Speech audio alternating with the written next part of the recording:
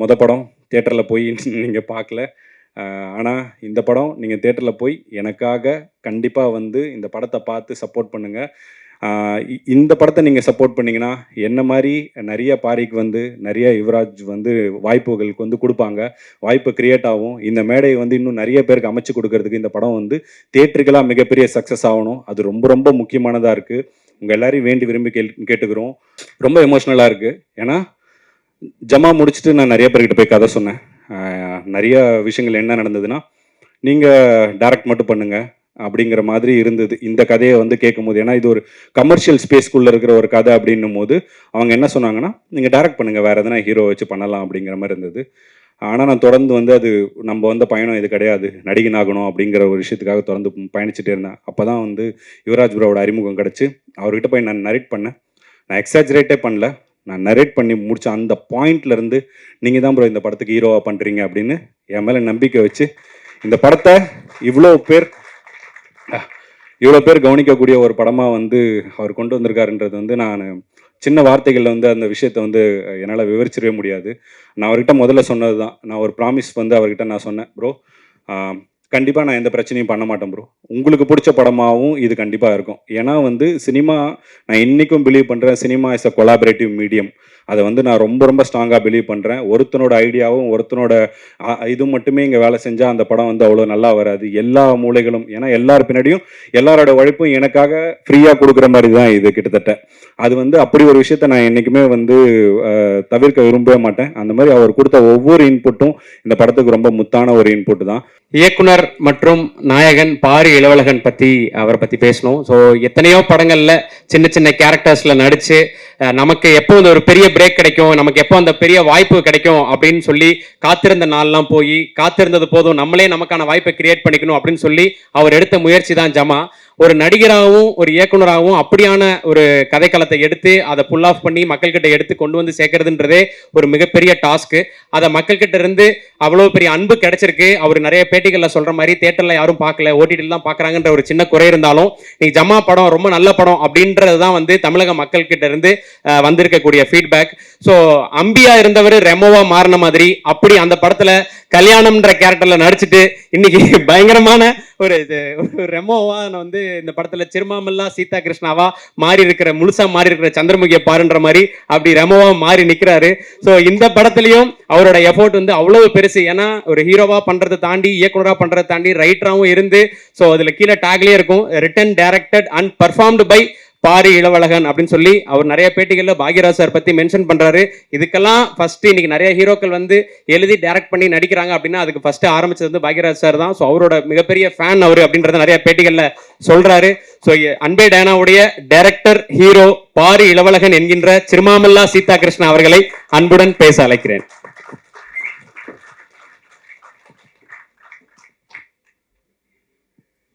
நீங்க என்ன டைரியா? எல்லாம் ஃபோன் வச்சிருந்தாங்க, எல்லாரும் ஃபோன் வச்சிருந்தாங்கன்னு சொல்லி நான் டைரியில் எழுதிட்டு வந்துட்டேன். லைக் அங்கே பார்க்க பைபிள் மாதிரி இருக்குண்ணே. இல்லை அதான் ஆங்கிலோ இந்தியன் மில்லியன் டாலர் அப்படி கனெக்ட் பண்ண படத்துக்குள்ள தான் இருந்தேன் நான். இல்லை மில்லியன் டாலர் பைபிள். ஸோ ஏன்னா ஏன் வந்து எழுதி எடுத்துகிட்டு வந்துட்டேன்னா, கிட்டத்தட்ட இந்த மாதிரி விழாக்கள்லாம் எல்லா இயக்குனருக்கும் ஒரு நன்றி தெரிவிப்பு விழா தான். நம்ம ஈஸியாக வந்து அவர் சொன்ன மாதிரி written directed and performed by அப்படின்னு போட்டு போயிடுறோம். ஆனால் அது வந்து உண்மையாக வர்றதுக்காக நமக்கு ஹெல்ப் பண்ண எல்லாரையும் நான் தேங்க் பண்ணுறதுக்கு எனக்கு இருக்க ஒரே மேடை இந்த மேடை தான். அதனால தான் இதை மிஸ் பண்ணாமல் கொண்டு வரணும் அப்படின்னு வந்து இதை கொண்டு வந்துட்டேன். இந்த மேடை வந்து பார்க்குறதுக்கு ரொம்ப சின்னதாக இருக்கலாம், ஆனால் என்ன மாதிரி சினிமாவில் கஷ்டப்பட்டு ஜெயிக்கணும்னு நினைக்கிற நிறைய பேருக்கு இந்த மேடை எவ்வளோ பெரிய மேடை அப்படிங்கிறது வந்து எனக்கு மட்டும்தான் தெரியும். என்ன நிறைய பேரால் கனெக்ட் பண்ணிக்க முடியும்னு நினைக்கிறேன். நான் இப்போ என்ன ரொம்ப எமோஷ்னல் ஆகிடக்கூடாதுன்னு மட்டும் முயற்சி பண்ணுறேன். ஃபர்ஸ்ட் ஆஃப் ஆல் வந்து நான் நன்றி தெரிவிக்கணும்னு நினைக்கிறது வந்து தமிழ் ரசிகர்களுக்கு. ஜமா மாதிரி ஒரு படம் எடுத்து அதை தேட்டர்களில் பெருசாக போக முடியாது, அப்போ ஓடிடியில் பார்த்து இன்னைக்கு அளவுக்கும் அன்பே டயானாவுக்கு கூட அதோட வந்து சம்மந்தப்பட்டு நாங்கள் வந்து ஜமாவை தவற விட்டுட்டோம், அன்பே டயானாவை கண்டிப்பாக தேட்டரில் பார்த்து ரசிப்போம்னு சொல்கிற என் அன்பு தமிழ் ரசிகர்கள் எல்லாருக்குமே வந்து ரொம்ப ரொம்ப நன்றி. அதுக்கப்புறம் இப்படி எங்கள் எல்லாரையும் கொண்டு போய் மக்கள்கிட்ட சேர்க்குற இந்த ப்ரெஸ், ஏன்னா இவங்க ஜமாவை பற்றி எழுதுனது வந்து 1-2 கிடையாது, அவ்வளோ பேர் வந்து இது மேலே மிகப்பெரிய அன்பை தெரிவித்தாங்க. இதே பிரசாதில் வந்து நான் ப்ரெஷ் ஷோ போட்டப்ப அவங்க என் மேலே காமிச்ச காதல் வந்து கொஞ்சம் நெஞ்சம் கிடையாது. இன்னைக்கு வரைக்கும் அவங்க சப்போர்ட் பண்ணுற ப்ரெஸ்ஸுக்கு மிகப்பெரிய நன்றியை தெரிவிச்சுக்கிறேன். அதுக்கப்புறம் ஜமா இது பண்ண லேர்ன் அண்ட் டீச் ப்ரொடக்ஷன், அப்புறம் இளையராஜா சார். அவர் அந்த எனக்கு இன்னைக்கு இருக்க சின்ன சின்ன முகவரிக்கு காரணம் இளையராஜா சார் தான். இந்த அன்பே டயானால கூட அவரோட பாட்டு இருக்கணுன்றதுக்காக தான் அந்த பாடல் செனோரிட்டா பாடலை வந்து நாங்கள் வச்சுருக்கோம். Thank you Ilaiyaraaja sir. அதுக்கப்புறம் நரன்னு சொல்லி ரைட்டர், அவர் தான் எனக்கு முதல்ல யுவராஜ் ப்ரோவோட இன்ட்ரோவை கொடுத்தாரு. அந்த ஒரு மொமெண்ட், டீ கடையில் இருந்த ஒரு மொமெண்ட் வந்து எனக்கு மறக்கவே முடியாது. ஏன்னா சொன்னப்போ அவர் சொன்னார் இந்த மாதிரி $1 மில்லியன் வந்து அவங்க கதை கேட்குறாங்க அப்படின்னு சொன்ன உடனே அங்கேருந்து கால் பண்ணார் யுவராஜ் ப்ரோக்கு. அப்போ யுவராஜ் ப்ரோ ஒரு வார்த்தை சொன்னார், ஜமா டைரக்டரா நான் கேட்குறேன் அப்படின்னு சொன்னார். அதுதான் இந்த அன்பே டயானோட தொடக்க புள்ளியாக நான் பார்க்குறேன். Thank you Naran sir. அதுக்கப்புறம் வந்து ஃபர்ஸ்ட் என்னோட ஃப்ரெண்ட்ஸ் எல்லாருக்குமே நன்றியை தெரிவிச்சுக்கிறேன். ஏன்னா இந்த கதையில் இந்த என்னோட ஜமாவாகட்டும் அன்பே டயானா ஆகட்டும் நிறைய வந்து ரியல் லைஃப்லேருந்து நிறைய கதைகளை வந்து எடுத்துகிட்டு இருக்கேன். உங்களுக்கே தெரியாமல் உங்களை எல்லாம் க்ளோஸாக வாட்ச் பண்ணி என்னென்ன விஷயங்கள்லாம் உருவ முடியுமோ அப்படிலாம் உருவி எடுத்து வச்சிருக்கேன். அதுக்கு உறுதுணையாக இருக்க என்னோட நண்பர்கள், என்னோட பெரம்பூர் நண்பர்கள், என்னோட சென்னை புல்ஸ், அப்புறம் அந்த என்னோட காலேஜ் நண்பர்கள் எல்லாருக்குமே வந்து மிகப்பெரிய நன்றி நான் தெரிவிச்சுக்கிறேன். அதுக்கப்புறம் என்னோட ஃபேமிலி, என்னோட ஒய்ஃப் ரொம்ப முக்கியமானவங்க என் லைஃப்பில். அவங்கள நான் கண்டிப்பாக தேங்க் பண்ணி ஆகணும். என்னோட அப்பா, என்னோட அண்ணா, அதுக்கப்புறம் என்னோட குட்டி எவ்வி, எல்லாருமே நான் இந்த மூமெண்ட்டில் தேங்க் பண்ணிக்கணும்னு நினைக்கிறேன்.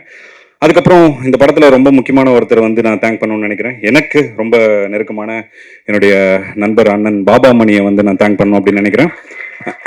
ஏன்னா எனக்கு இன்னைக்கு நம்பும் போது நான் சினிமாவுக்கு போகணுன்ற அந்த பாயிண்ட்ல இருந்து என்னை நம்பி இன்னைக்கு வரைக்கும் என் கூடவே இருந்து இந்த கதைக்கு வந்து பெங்களூர் பாபாவை கிஃப்ட் பண்ணியிருக்கேன். அவர்கிட்ட இருந்து தான் இன்ஸ்பயர் ஆகி வந்து இந்த கேரக்டர் எடுத்திருக்கேன். தேங்க்யூ பாபாண்ணா. அதுக்கப்புறம் வந்து என்னோட டெக்னீஷியன்ஸ் எல்லாருக்கும் நான் தேங்க் பண்ணணும் அப்படின்னு விரும்புகிறேன். முதல் டெக்னீஷியன் வந்து ஷெலி ப்ரோ, ரொம்ப பியூட்டிஃபுல்லான விஷுவல்ஸ். யுவராஜ் ப்ரோ முதல்ல சொன்ன மாதிரி யுவராஜ் ப்ரோ வந்து ஆரம்பத்தில் என்கிட்ட நிஜமாலே அதை சொன்னார். அது சொல்லாமல் வேணாமல் இன்னொரு தயக்கமே இருந்தது. அது அவரே சொல்லிட்டதுக்கப்புறம் ஆரம்பத்தில் என்கிட்ட சொன்னார், இல்லை ப்ரோ வேணாம், வேற எங்கன்னா நீங்கள் படம் பண்ணுங்க, நீங்கள் ஆல்ரெடி ஒரு படம் பண்ணிட்டீங்க. ஏன்னா வந்து எனக்கு ஒரு சில விஷயங்கள்லாம் இருக்கும், ஒரு பிரச்சனைகள்லாம் வரணும் ப்ரோ. நீங்க எவ்வளவு பிரச்சனை பண்ணலாம், நான் பிரச்சனை பண்ணக்கூடிய ஆள் இல்லை ப்ரோ. எனக்கு வந்து உங்களை மாதிரி ஒரு ஆள் தான் என் லைஃப்ல இந்த பாயிண்ட்ல எனக்கு தேவை. நீங்க இப்ப நான் ப்ரமோஷன்ஸ்லாம் என்னோட டெசிஷன் தானே, அதுதான் எனக்கு தேவை. அப்ப சரவணன் சார் சொல்ல மாதிரி தான், அவர்கிட்ட ரொம்ப நான் இது பண்ணி சொல்லியிருந்தேன். எனக்கு இந்த அன்பே டயானாவோட ஒரு ப்ரமோஷனும் பார்க்கும்போது அவ்வளோ எமோஷனலாக இருக்குது. ஒரு இடத்துலையும் நம்மளை பார்க்கும்போது அது எல்லாத்துக்குமே வந்து யுவராஜ் ப்ரோ நான் மிகப்பெரிய நன்றி நான் அவர்கிட்ட சொல்லியே ஆகணும். பின்னாடி அவருக்கு வரேன். முதல்ல ஷெல்லி ப்ரோ அவர் சொன்ன உடனே எனக்கு ஓகே ப்ரோ, நான் உடனே போயிட்டு அவர் ஷெல்லி கிட்ட சொல்கிறேன் அப்படின்னு ஒன்று. ஷெல்லி ப்ரோ பயந்துருப்பாருன்னு நினைக்கிறேன். ஒரு ட்ராமா படமா அப்படி இருக்கும் அப்படின்னா, அவருமே ரொம்ப பியூட்டிஃபுல்லான ஒரு டெக்னீஷியன். இன்னொன்று அவருக்கு பின்னாடி ஒரு மிகப்பெரிய ஒரு உழைப்பு இருக்கு. கிட்டத்தட்ட அவர் மணிரத்னம் சாரோட அசிஸ்டன்ட் டைரக்டரா இருந்திருக்காரு, ராஜு மேனன் கிட்ட வந்து கேமரா படிச்சிருக்காரு. ஸோ வந்து எனக்கு செட்ல ஷெல்லி மாதிரி ஒரு ஆள் இருக்கிறது வந்து எனக்கு அவ்வளோ வந்து உதவியா இருந்தது. அவரும் இந்த படத்தோட ஒரு இயக்குனர் தான் அப்படிங்கறத வந்து நான் இந்த இடத்துல சொல்லிக்கிறேன். அதுக்கப்புறம்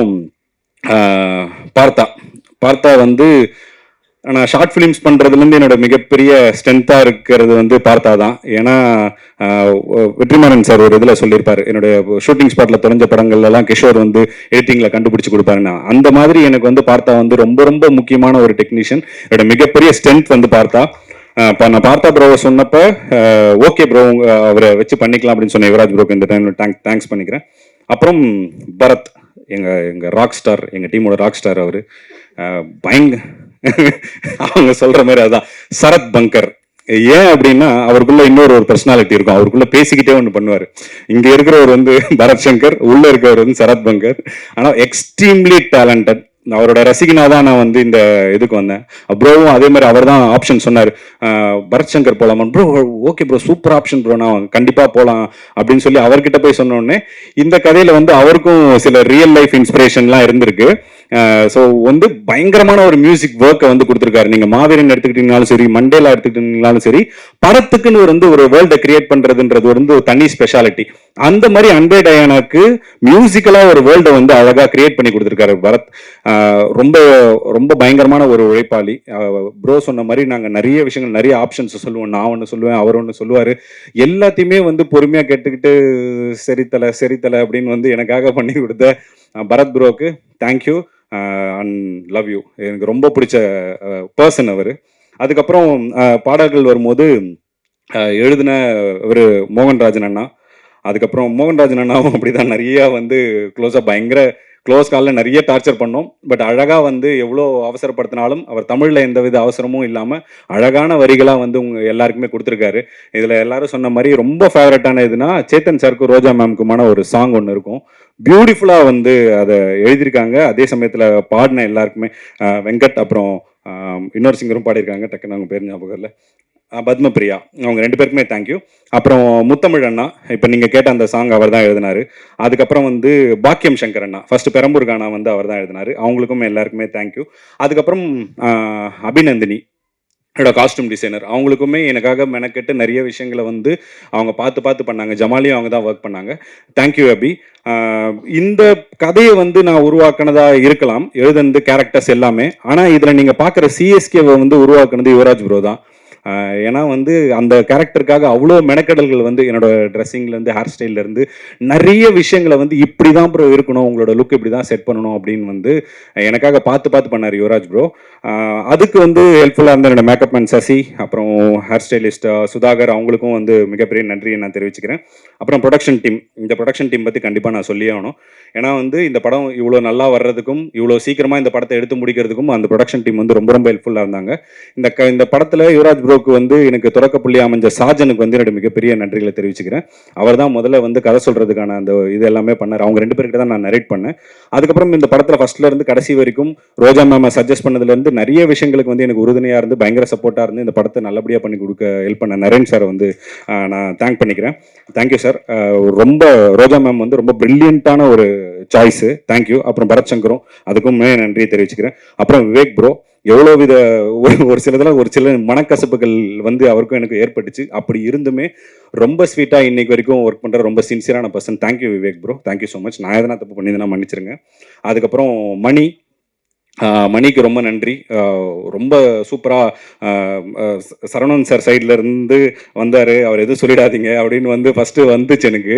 ஆனால் நான் அது தெரியாமல் ஒரு வாட்டி அவர் வேற திட்டேன். அதுக்கப்புறம் தான் ஐயோ சரவணன் சாரோட சொந்தக்கார சார் மன்னிச்சு, எப்பா உங்கள் மாமா யாருன்னு சொல்லக்கூடாதாப்பா, நான் வான்னு அவசரப்பட்டு திட்டிருந்தேன் அப்படின்லாம் இருந்தது. பட் அதை தாண்டி எனக்காக ஸ்வீட்டாக ஃபஸ்ட்லேருந்து கடைசி வரைக்கும் ஒர்க் பண்ணி கொடுத்த மணிக்கு ரொம்ப நன்றி. அப்புறம் அஜித்தும் அப்படி தான் எல்லா விஷயங்கள்லையுமே ரொம்ப ஹெல்ப்ஃபுல்லாக சூப்பராக பண்ணி கொடுத்தாரு. தேங்க்யூ. அதுக்கப்புறம் Nagarajan sir, good night Nagarajan sir. எப்பயுமே சொல்லுவார், சார் நாகராஜன் சார் 24/7 உங்களுக்கு அவைலபிளாக இருப்போம் சார் அப்படின்னுவார். அது வந்து சும்மா வார்த்தைகளுக்காக இல்லை, நிஜமாலே 24/7 உங்களுக்காக வந்து அவைலபிளாக இருப்பார். ரொம்ப மிகப்பெரிய உழைப்பாளி. அவரை கண்ட நிஜமாலே ஆச்சரியமாக இருக்கும். இந்த வயசில் எப்படி ஒரு மனுஷனால் இவ்வளோ உழைக்க முடியுது, சினிமாக்காக இப்போ இருக்க முடியுது அப்படின்றத நான் அவர் கண் நிறைய வாட்டி ஆச்சரியமாக பார்த்துருக்கேன்.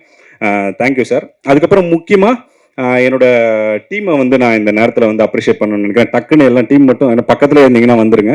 ஏன்னா இதில் வந்து என்னென்னா, நான் நடிக்கிறேன் அப்படின்னும் போது என்னோட டீம் வந்து ரொம்ப ஸ்ட்ராங்காக அவங்க வந்து பேக்ரவுண்ட் ஒர்க்ஸ் எல்லாம் டக்கு அப்படின்னு பண்ணாதான் நம்ம ஒரு இதுக்குள்ளே நம்ம பண்ண முடியும். அதுக்கு வந்து ஹெல்ப்ஃபுல்லாக இருந்த என்னோட கோ டைரக்டர், என்னோட மிகப்பெரிய பில்லர் ராகுல், அப்புறம் என்னோட பிரசாந்த், அப்புறம் இன்னொரு co director Rakesh, associate director Karthik Veerabahu, Dinesh வாங்க ஸ்டண்டோட வராரு, ராஜன், அவர் எல்லா பேர் சொல்லிட்டு இல்லை தான். இந்த தேங்க்யூ இவங்களுக்கு நீங்கள் ஒரே ஒரு ரவுண்ட் ஆஃப் அப்ளாஸ் மட்டும். Thank you so much. Thank you please. அதுக்கப்புறம் உதய் சார் மாதிரி ஒரு பெரிய டெக்னீஷியன் வந்து இந்த படத்துக்குள்ளே வந்து சவுண்ட் பண்ணுறதுன்றது வந்து எங்களுக்கு மிகப்பெரிய ஸ்ட்ரென்த்தாக அமைஞ்சுது. நீங்கள் ட்ரெய்லரில் கூட பார்த்தீங்கன்னா சவுண்ட் வந்து அவ்வளோ பியூட்டிஃபுல்லாக வந்து ஒரு ரோல் வந்து ப்ளே பண்ணியிருக்கு. Thank you Uday sir. அந்த உதய் சாரோட டீம் ரஞ்சித், அவருக்குமே எல்லாருக்குமே மிகப்பெரிய நன்றியை தெரிவிச்சுக்கிறேன். அதுக்கப்புறம் டிஐ கௌஷிக், இந்த நீங்கள் பார்க்கும்போதெல்லாம் விஷுவல்லாம் அவ்வளோ கலர்ஃபுல்லாக அழகாக இருந்ததுன்னா அதுக்கு அவர் ஒரு முக்கியமான காரணம். அப்புறம் விஎஃப்எக்ஸ் பண்ண ஸ்ரீ, அதுக்கப்புறம் ஆனந்த், அதுக்கப்புறம் டிசைனர் கௌதம், ஒரு டிசைனுமே அவ்வளோ அழகாக சூப்பராக இருக்குது. இதுக்கு பிரெயினாக இருக்கிறதுமே அதுவுமே யுவராஜ் ப்ரோ தான், அதையும் நம்ம கண்டிப்பாக சொல்லியே ஆகணும். அதுக்கப்புறம் வந்து முக்கியமாக ஒருத்தரை பற்றி சொல்லணும். ஒரு சில நேரத்தில் இந்த ஒரு காமெடி கதை அப்படின்னும் போது இதோட நரேஷன் வந்து ரொம்ப முக்கியமானதாக நான் வந்து பார்க்குறேன்.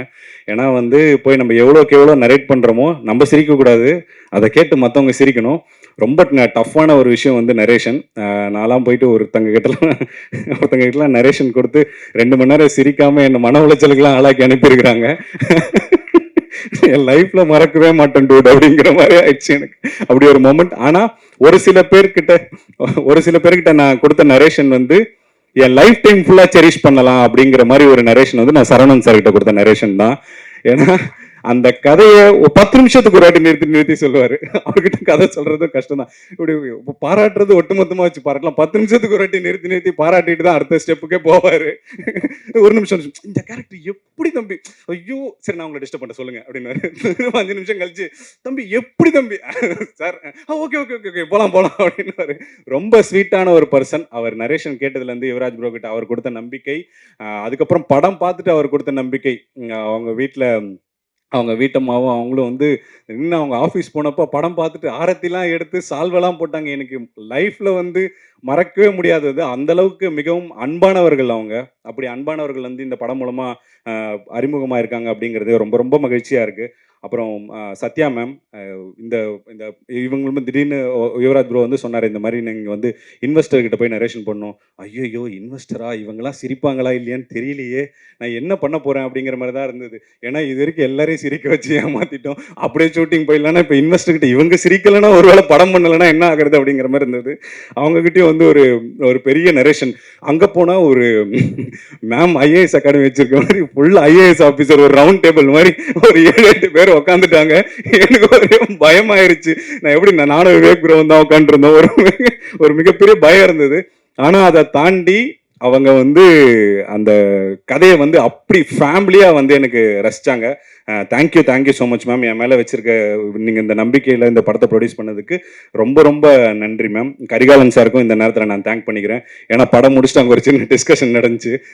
கூட இருக்கவங்க எல்லாரும் கருத்து சொல்லணும், மற்றவங்க சொல்கிற கருத்து கூட இல்லை இந்த கதையில் இதெல்லாம் நல்லா இருக்கு அப்படின்னு எனக்காக அந்த இடத்துல நின்னாரு. தேங்க்யூ சார், அதை வந்து மறக்கவே மாட்டேன். அதுக்கப்புறம் வந்து இந்த இந்த இடத்துல வந்து நான் ரொம்ப முக்கியமாக தேங்க் பண்ண வேண்டியது, நான் நிறைய நன்றிகள் இந்த ஓவரால் ஸ்பீச்லேயே திரும்ப அவரை பற்றி சொல்லியிருப்பேன். பட் நான் அவரை பற்றி ரொம்ப ஸ்பெஷலாக சொல்லி தான் ஆகணும். என்னோட brother Yuvaraj bro, thank you so much. ரொம்ப எமோஷ்னலாக இருக்குது. ஏன்னா ஜமா முடிச்சுட்டு நான் நிறைய பேர்கிட்ட போய் கதை சொன்னேன். நிறைய விஷயங்கள் என்ன நடந்ததுன்னா, நீங்கள் டைரக்ட் மட்டும் பண்ணுங்கள் அப்படிங்கிற மாதிரி இருந்தது இந்த கதையை வந்து கேட்கும்போது. ஏன்னா இது ஒரு கமர்ஷியல் ஸ்பேஸ்க்குள்ளே இருக்கிற ஒரு கதை அப்படின்னும் போது அவங்க என்ன சொன்னாங்கன்னா, நீங்கள் டைரக்ட் பண்ணுங்கள், வேறு எதனா ஹீரோ வச்சு பண்ணலாம் அப்படிங்கிற மாதிரி இருந்தது. ஆனால் நான் தொடர்ந்து வந்து அது நம்ம வந்த பயணம் இது கிடையாது, நடிகன் ஆகணும் அப்படிங்கிற ஒரு விஷயத்துக்காக தொடர்ந்து பயணிச்சுட்டே இருந்தேன். அப்போ தான் வந்து யுவராஜ் ப்ரோவோட அறிமுகம் கிடச்சி அவர்கிட்ட போய் நான் நரேட் பண்ணேன். நான் எக்ஸாஜரேட்டே பண்ணல, நான் நரேட் பண்ணி முடித்த அந்த பாயிண்ட்லேருந்து நீங்கள் தான் ப்ரோ இந்த படத்துக்கு ஹீரோவாக பண்ணுறீங்க அப்படின்னு என் மேலே நம்பிக்கை வச்சு இந்த படத்தை இவ்வளோ பேர் கவனிக்கக்கூடிய ஒரு படமாக வந்து அவர் கொண்டு வந்திருக்காருன்றது வந்து நான் சின்ன வார்த்தைகளில் வந்து அந்த விஷயத்தை வந்து என்னால் விவரிச்சிடவே முடியாது. நான் அவர்கிட்ட முதல்ல சொன்னது தான், நான் ஒரு ப்ராமிஸ் வந்து அவர்கிட்ட நான் சொன்னேன், ப்ரோ கண்டிப்பாக நான் எந்த பிரச்சனையும் பண்ண மாட்டேன் ப்ரோ, உங்களுக்கு பிடிச்ச படமாகவும் இது கண்டிப்பாக இருக்கும். ஏன்னா வந்து சினிமா, நான் இன்றைக்கும் பிலீவ் பண்ணுறேன், cinema is a collaborative medium. அதை வந்து நான் ரொம்ப ரொம்ப ஸ்ட்ராங்காக பிலீவ் பண்ணுறேன். ஒருத்தனோட ஐடியாவும் ஒருத்தனோட இது மட்டுமே இங்கே வேலை செஞ்சால் அந்த படம் வந்து அவ்வளோ நல்லா வராது. எல்லா மூலைகளும், ஏன்னா எல்லார் பின்னாடியும் எல்லாரோட உழைப்பும் எனக்காக ஃப்ரீயாக கொடுக்குற மாதிரி தான் இது கிட்டத்தட்ட. அது வந்து அப்படி ஒரு விஷயத்த நான் என்றைக்குமே வந்து தவிர்க்க விரும்பவே மாட்டேன். அந்த மாதிரி அவர் கொடுத்த ஒவ்வொரு இன்புட்டும் இந்த படத்துக்கு ரொம்ப முத்தான ஒரு இன்புட் தான். நான் ஷெல்லி ப்ரோ சொன்ன மாதிரி ஷெல்லி, பரத், பார்த்தா எல்லாருமே அதே மாதிரி யுவராஜ் ப்ரோவும் இந்த படத்தோட ஒரு டேரக்டர் தான் அப்படிங்கிறத நான் இந்த இடத்துல நான் சொல்லிக்கிறேன். Thank you Yuvaraj bro. அதுக்கப்புறம் என்னோட நடிகர்களை வந்து நான் கண்டிப்பாக தேங்க் பண்ணி ஆகணும். ஃபர்ஸ்ட் வந்து சேத்தன் சாரை நம்ம காஸ்ட் பண்ணுறேன் அப்படின்னப்ப நிறைய எனக்கே ஃபர்ஸ்ட் ஒரு டவுட் இருந்தது. அதை தாண்டி எல்லாருக்குமே ஒரு டவுட் இருந்தது. என்ன டவுட் இருந்ததுன்னா, சாரை ரீசெண்ட் டைமில் பயங்கர டெரராக வந்து நம்ம பார்த்துருப்போம். எல்லாரும் சொல்கிற மாதிரி பயங்கர கொடூரமான ஒரு ஆளாக தான் இருந்திருப்பார், ஜமாலையும் சரி விடுதலையிலையும் சரி. ஆனால் இப்படி ஒரு ரோல், ஒரு பயங்கர கான்ட்ராஸ்டான ஒரு ரோல் அப்படின்னும் போது ஒரு சின்ன ஒரு டவுட் இருந்தது. 3 நாள் நானுமே லைட்டாக அவர்கிட்ட கொஞ்சம் குழப்பி விட்டுட்டேன். அதுக்கப்புறம் வந்து அவர்கிட்ட ஒரு விஷயத்த சொன்னதுக்கப்புறம் ஒரு பாடி லாங்குவேஜை கொண்டு வந்தார். நான் இன்னைக்கு எவ்வளோ எக்ஸாஜரேட் பண்ணாலும் அந்த எல்லா எக்ஸாஜரேஷனும் உங்களை பூர்த்தி செய்யக்கூடிய அளவுக்கு ரொம்ப பிரில்லியண்டான ஒரு பர்ஃபார்மன்ஸை கொடுத்துருக்காரு Chetan sir. Thank you so much sir. அதுக்கப்புறம் இந்த போஸ்டர் மாதிரி தான் கிட்டத்தட்ட கதை. அந்த அம்மா தான் சென்டர் ஆஃப் அட்ராக்ஷன். அவங்கள மீறி தான் இந்த கதை வந்து நடக்கணும். அப்படி ஒரு அம்மா வரணும்னுப்போ ரோஜா மேம் உள்ளே வந்தாங்க. நான் இந்த போஸ்டரில் பார்க்க பயங்கர டெரர் அப்படின்னு நினச்சேன். One of the sweetest person. அவங்களுமே வந்து அவ்வளோ பெரிய ஆளுமையாக இருந்தாலும் எங்களுக்காக நாங்கள் சொன்னபடி அழகாக எங்களுக்காக பண்ணி அந்த வக்கலங்காசரலாக்கு உயிர் கொடுத்ததுக்காக ரோஜா மேம்க்கு மிகப்பெரிய நன்றிகள். அதுக்கப்புறம் Bangalore Baba my dearest Gopi brother. ஏன்னா இப்போ நாங்கள் ரொம்ப க்ளோஸ் ஆகிட்டோம். எனக்கு ரொம்ப ரொம்ப பிடிக்கும். ரசிகனாக தான் போய் அவர்கிட்ட நான் கதை சொன்னேன். இன்னைக்கு வரைக்கும் அவரோட ரசிகன் தான். இவங்க எல்லாரும் சொன்ன மாதிரி பெங்களூர் பாபா ரொம்ப ரொம்ப டஃபஸ்டான ஒன்று. ஏன்னா இது வரைக்கும் பழக்கப்படாத ஒரு ஸ்லாங்கு. என்ன வேணா சொல்லிடலாங்கிறது ஒரு இது இருந்தாலுமே அதை சரியாக பண்ணணும் அப்படிங்கிறத இருந்தப்ப ஒரு டவுட் ஒன்று இருந்தது. அதை ரொம்ப பிரில்லியண்ட்டாக டெலிவர் பண்ணியிருக்காரு. நாங்கள் முன்னாடி போட்ட ஷோஸ்லலாம் அவருக்கான ரெஸ்பான்ஸ் ரொம்ப ரொம்ப தனியாக இருந்தது. நீங்கள் எல்லாருமே பெங்களூர் பாபாவை பயங்கரமாக கண்டிப்பாக என்ஜாய் பண்ணுவீங்க அப்படின்றதுல எந்த டவுட்டுமே கிடையாது. அப்புறம் என்னோட ஃபேமிலி மெம்பர்ஸாக நடித்த அன்பு தம்பி சுதர்ஷன் காந்தி சிரஞ்சீவியா பண்ணியிருக்காரு. அவருக்குமே மிகப்பெரிய நன்றி. இஸ்மத் பானு அவங்களும் என் அக்காவாக நடிச்சிருக்காங்க. நான் கடைசியில் கூப்பிட்டேன், அவங்க எனக்காக பண்ணி கொடுத்ததுக்கு நன்றி. அப்புறம் அதித்தி கலையரசன் டார்லிங், அந்த குழந்தை, அவங்களுக்குமே எனக்கு இது வரைக்கும் ப்ரொடியூசர் கூட அவ்வளோ கேள்வி கேட்டது கிடையாது. ஒரு நாளும் ஷூட்டிங் ஸ்பாட்டில் 450 கேள்வி கேட்டு என்ன டார்ச்சர் பண்ணி இருந்தாலும் நடித்து கொடுத்த அதித்திக்கு மிகப்பெரிய நன்றிகள். அப்புறம் இந்த படத்தோட முக்கியமான ஒரு காஸ்ட் டயானா, ரம்யா ரங்கநாதன், அவங்கள நான் கிரேட்ஃபுல் அப்படின்னு தான் சொல்லணும். ஏன்னா நிறைய விஷயங்கள் இருந்தது. இந்த படத்தை ஷார்ட்டாக ரொம்ப சீக்கிரமாக எடுத்து முடிக்கணுன்றது எனக்கே ஒரு டாஸ்காக தான் இருந்தது. அப்படி இருந்தப்ப அவங்களுக்கு நிறைய கஷ்டமான ஸ்கெடியூல்ஸ்லாம் ஷூட்டில் நாங்கள் பிளான் பண்ணியிருந்தோம். அப்போலாம் எந்த வித முகசுளிப்பும் இல்லாமல் ரொம்ப அழகாக எங்களுக்காக அவங்க நடித்து கொடுத்தாங்க. இந்த படத்துக்கு அப்புறம் அவங்களுக்கு ஒரு மிகப்பெரிய ஃபியூச்சர் இருக்கும் அப்படிங்கிறத நாங்கள் எல்லாருமே நம்புகிறோம். ரொம்ப ப்ரில்லியண்ட்டாக பர்ஃபார்ம் பண்ணியிருக்கீங்க ரம்யா. Thank you so much. அப்புறம் எல்லாருமே ஆல்மோஸ்ட் கவர் பண்ணிட்டேன்னு நினைக்கிறேன். அப்புறம் லாஸ்ட்டாக நான் தேங்க் பண்ணணும்னு நினைக்கிறது என்னோட இனிய பெரம்பூர் மக்கள் எல்லாருக்குமே நான் தேங்க் பண்ணணும் அப்படின்னு நினைக்கிறேன். உங்களுக்கு எல்லாருக்கும் ஒரு ஸ்பெஷல் படமாக இந்த அன்பே டயானா இருக்கும். என்றைக்குமே காலத்துக்குமே பெரம்பூர் மக்கள் ரொம்ப ரசித்து சிலாகிச்சு அவங்க எடுத்து வச்சுக்கக்கூடிய படமாக இந்த அன்பே டயானா இருக்கும். நீங்கள் இந்த கதைக்காக எனக்கு ஹெல்ப் பண்ண எல்லாருமே, தெலுங்கு ஃபேமிலி, அதுக்கப்புறம் எனக்கு ஆங்கிலோ இந்தியனில் ஜூட் ராக்லி, எல்லாருமே எனக்காக இந்த கதைக்காக நிறைய ஹெல்ப் பண்ணாங்க. அவங்களையுமே நான் தேங்க் பண்ணிக்கிறேன். கடைசியாக மக்கள் திரும்பவும் சொல்கிறேன், படம் தியேட்டரில் போய் நீங்கள் பார்க்கல. ஆனால் இந்த படம் நீங்கள் தியேட்டரில் போய் எனக்காக கண்டிப்பாக இந்த படத்தை பார்த்து சப்போர்ட் பண்ணுங்கள். இந்த படத்தை நீங்கள் சப்போர்ட் பண்ணிங்கன்னா என்ன மாதிரி நிறைய பாரிக்கு நிறைய யுவராஜ் வாய்ப்புகளுக்கு கொடுப்பாங்க. வாய்ப்பு கிரியேட் ஆகும். இந்த மேடையை இன்னும் நிறைய பேருக்கு அமைச்சு கொடுக்கறதுக்கு இந்த படம் தியேட்டருக்கெல்லாம் மிகப்பெரிய சக்ஸஸ் ஆகணும். அது ரொம்ப ரொம்ப முக்கியமானதாக இருக்குது. உங்கள் எல்லாரையும் வேண்டி விரும்பி கேட்டுக்கிறோம். ஜூலை 17 உங்கள் அபிமான திரையரங்குகளில் அன்பே டயானா பார்த்து என்ஜாய் பண்ணுங்கள். Thank you so much. லாஸ்ட்டாக சசி சாருக்கும் சமுத்திரகனி சாருக்கும் மிகப்பெரிய நன்றி. இங்கே இந்த இடத்த நீங்கள் சிறப்பிச்சதுக்காக. And Dinakaran sir, love you sir. Thank you sir. தேங்க்யூண்ணா, தேங்க்யூ ஸோ மச். ஸோ நீங்கள் நினச்சதை விட படம் மிகப்பெரிய அளவில் சக்ஸஸ் ஆகும், அதுக்கு வாழ்த்துக்கள். ஸோ இறுதியாக இந்த படத்தை பற்றியும் இந்த டீமை பற்றியும் பேசுறதுக்காக சசி சார் வந்திருக்காங்க. சசி சார் பற்றி ஒவ்வொரு தடவையும் சொல்லும்போது தான் நோ ஹேட்டர்ஸ்னு ஒரு சிலருக்கு தான் நம்ம சொல்லுவோம். அப்படியான அந்த டேகுக்குள்ளே ரொம்ப கம்ஃபர்டபுளாக பொருந்தி போகிற ஒரு நபர் அப்படின்னே சொல்லலாம். ஸோ இப்போ இன்றைக்கி தமிழ் சினிமாவில் இருக்கக்கூடிய டேரக்டர்ஸில் அது சீனியர் டேரக்டராக இருந்தாலும் சரி, புது டேரக்டராக இருந்தாலும் சரி, 3 வகையாக பிரிக்கலாம். ஒன்று, சசி சாருக்கு கதை சொல்ல போறேன் அப்படின்ற ஒரு கேட்டகரி. இன்னொன்னு, சசி சார்கிட்ட கதை சொல்லிட்டு அவர் ஓகே பண்றதுக்காக வெயிட் பண்றேன்றது ஒரு கேட்டகரி. இன்னொன்னு, சசி சாரோட படம் பண்றேன் அப்படின்ற ஒரு கேட்டகரி. ஸோ அப்படி சசி சாரோட அடுத்தடுத்த லைன் அப்ஸ்ன்றது காசிப்பா கேட்கும்போது அவ்வளவு வெரைட்டியா, அவ்வளவு சூப்பரான கொலாபரேஷன்ஸா இருக்கு. ஸோ சார் அடுத்தடுத்து நல்ல நல்ல படங்கள் கொடுத்துட்டே இருக்காரு. ஒவ்வொரு முறையும் சொல்லும் போதும் அரசியல் பேசுற படமா இருந்தாலும் சரி, மனிதம் பேசுற படமா இருந்தாலும் சரி, அன்பை விதைக்கிற படமா இருந்தாலும் சரி, சசி சார் அதுக்கு முன்னுரிமை கொடுத்து படங்கள் கொடுத்துட்டே இருக்கார். இப்போ அன்பே டயானா படத்தை பத்தியும் படக்குழுவினரை பற்றியும் பேச அன்புடன் அழைக்கிறேன் சார்.